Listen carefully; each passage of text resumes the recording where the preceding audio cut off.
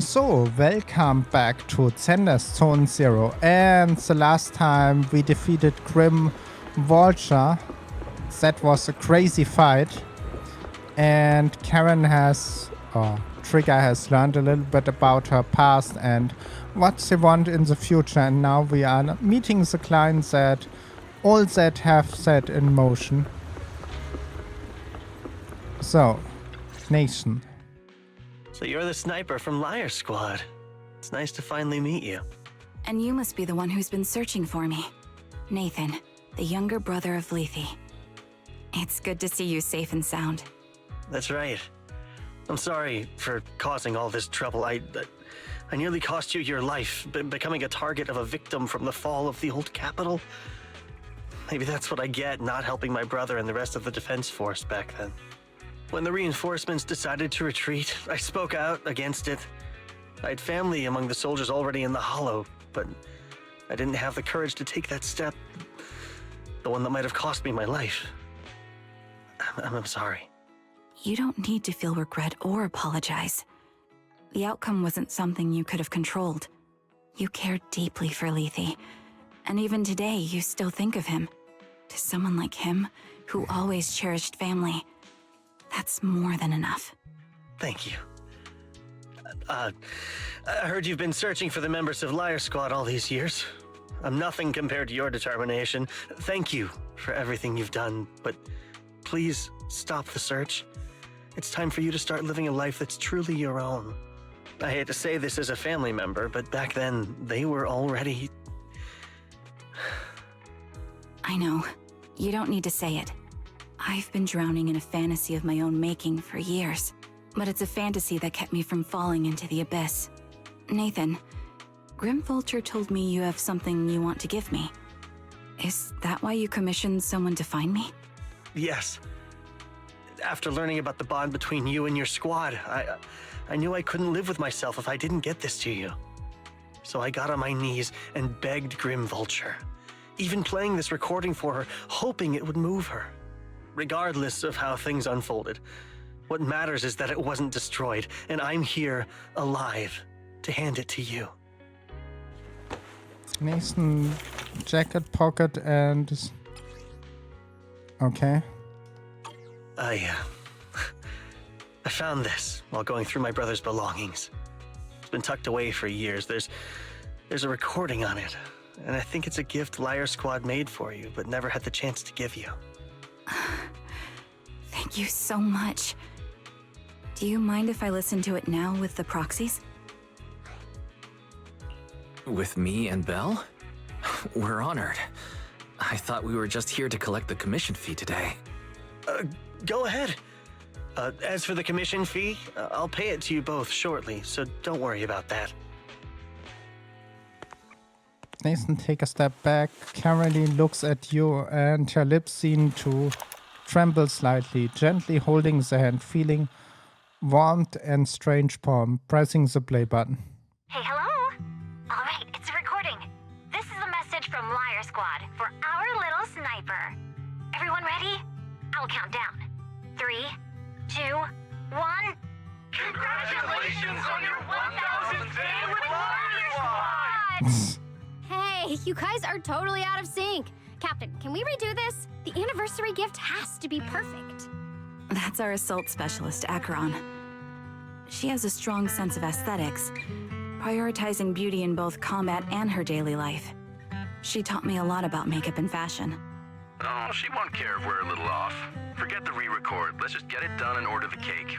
We don't want him to sell out. That's our medic, Kakaitis. He's usually lazy and a bit of a smooth talker, but he's actually very capable and kind. He taught me a lot about unconventional negotiation tactics and ways of handling things. You two, stop arguing during the recording. I've already ordered the cake. If you keep rambling, we really will have to re-record this. Cut the chatter already. And that Styx, a reliable artillery specialist. He's the oldest in the squad. He loves sharing photos of his daughter and reminiscing about how he wooed his wife. The way he won her over inspired me a lot. All right, let's all calm down. Wouldn't want to get on the captain's bad side. I mean, Captain, would you like to go first? We can edit or re-record whatever we need to. That's our scout and engineer, Lethe. He's a bit self-conscious because of how his younger brother excels, and he's somewhat introverted, but he's actually very capable. He taught me sharp observation skills, calm execution under pressure, and how to make use of the environment. Okay, thank you all for settling down before I completely lost my cool. It's fine. No need to cut anything or re-record. Let's just keep it as it is. Loud and messy, just like our liar squad. That's our captain, who took me in and taught me how to play the harmonica. And the real Charon. I'll make sure to explain properly to you later, Proxy. As you've heard, this recording is a little gift from the 5 of us. How time flies. When I brought you into the squad about 2.5 years ago, you were just a shy kid who blushed whenever you talked to someone. Over these 1,000 days, you've really worked hard to keep pace with our fighting rhythm. You've done incredibly well. In the last mission, your successful sniper kill of that high-risk Ethereal really helped Acheron a lot. I hate to say it, but yeah, I went too far in last time. Thanks for getting me out of that mess. Just this once, I'll admit, your moves were more elegant in that fight. Not just that fight. Ever since you became a quicker shot and learned to adjust for wind speeds on the fly, we've been taking fewer and fewer hits.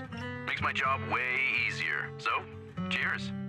You often worry about not doing enough. But in these 2.5 years, you've absorbed everything I know about stealth, reconnaissance, and tactical countermeasures. Trust me, you'll become an incredibly skilled sniper. Having you covering us from the rear makes every fight feel safer. But you still have a lot to learn about socializing and romance. When peace finally comes to Eridu, leave us and live your own life. Where did that come from? She's not leaving us. Even if she retires, she'll move into my house and I'll spoil her with loads of beautiful clothes. We can talk about living alone in 10 or 20 years. Sorry, I got carried away. Anyway, you're talented and hardworking.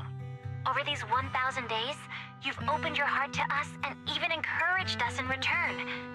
Having you as a comrade is a blessing for all 5 of us. But I have to say one thing. You're always so sensitive and kind. Every time you see us get hurt, you look like you're about to break. Has our squad motto, having each other's backs, become too much of a burden for you? I get how you feel. When your squad mates trust you with their backs, your first instinct is to protect them, right? But that's not the way it should be. No one can shoulder everything alone. Don't try to carry everything on your own. Choosing to fight on the battlefield is my resolve. Feel it. Share yours with me. And when it's your turn to watch my back, I'll give my all to honor it too. As long as you fight with all your strength, there's no such thing as failing to protect something, because your will and our will is preserved and carried on in other ways. But don't let that weigh on you. Try to trust in us, just like we trust in you, no matter what. I've struggled with that kind of thinking myself, but I eventually made my way through it. All this talk of camaraderie, of keeping each other safe, it's like a harmonica melody scoring our time together. Even when things change, our tune will go on, and that's enough. Exactly. Honestly, I'm sometimes terrified. Afraid that someday, you'll blame yourself for failing to protect us and fall apart. That's why I wanted to record this message. Please, don't try to bear everything alone. Maybe you can start relying on us more, fully entrusting your vulnerable side to us. Our will has long been intertwined with yours. We're comrades. This is getting way too sentimental. It doesn't feel like me anymore. Anyway, we just want to see you trusting your comrades enough to share your burdens, even if it isn't us. Finally, we'd like to give you the song that's closest to us. If what we've said is hard to understand, just feel it through the music. Please, enjoy my masterpiece, Homecoming. So old cassette plays a familiar tune. It sounds crispy and clear. It thought were recorded just yesterday. When the music fades, the tape goes silent. Proxy, do you remember? I was once terrified of seeing the look on their faces. Of course. Can you see them clearly now? Yes. Crystal clear. As if I've returned to the exact moment of parting. So this is our last glance. This is the answer you wanted me to find. Thanks, guys. For everything. After meeting with Nathan, you spent long time with Charon on support helpless. Letting sea breeze wash over. Okay. Proxies. No. Lies. Belle. I've troubled you two a lot these days with my personal affairs. Words can't describe what you've done for me. No worries. Honestly, my brother and I have been a bit lost recently. Meeting you, though, well, it feels like we've known each other forever. Doesn't it, Wise? Yeah, we've learned a lot from you too. If nothing else, spending time with you really cheered us up. Perhaps we've always shared the same resolve. Yeah. When I was trapped in self-doubt, unable to get out, I'm glad you were there with me. You're right. We've already entrusted our backs to each other as comrades. And because of that, because we are comrades, please, hear me out. Maybe you've already noticed. I'm sorry, but I've been keeping something from you. Charon isn't actually my codename. As I mentioned before, Charon was my captain's codename. When I met both of you for the first time, I didn't want to tell you my codename, because I thought someone who couldn't protect their squad mates had no right to one. So I lied. Captain Charon was an orphan like me, with no family to mourn her.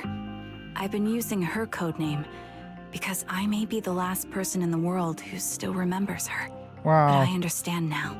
If I want to keep moving forward, I can't keep hiding behind a lie. My true codename is... You don't have to tell me right now. Charon, at the harbor, Nathan spoke to you privately. Was he offering you a chance to return to the Defense Force? Yes.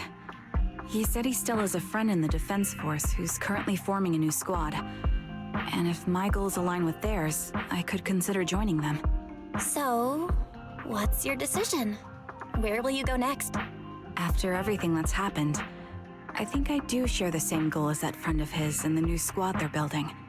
So I'll head back to the new Eridu Defense Force and keep chasing my new goal with a new team. Wow. Your new goal, is it to look further into the fall of the old capital? Yes. My encounter with Grim Vulture has made me realize this should be the true form of my vengeance. I'll uncover the real culprits behind the old capital's fall and make them pay for their crimes. If the ferryman who leads me to the truth demands a price, I'm willing to wager my life. I have a gut feeling the masterminds will reveal themselves again soon. To protect the city my comrades cherished and sacrificed their lives for, I won't allow such a tragedy to happen again. By letting the will to protect guide my hatred, I now have a clear aim toward the truth. That's what I thought. If that's the case, then for now, we shouldn't learn your true codename, nor entrust our backs to one another. Are you saying we're on opposite sides? No. We might walk different paths, but those paths will lead us to the same destination. It's just that, for now, we can't say any more than that. To be honest, after facing an enemy as ruthless as Grim Vulture, we're reminded of our own powerlessness. Watching you fight back, almost losing your life to a bullet.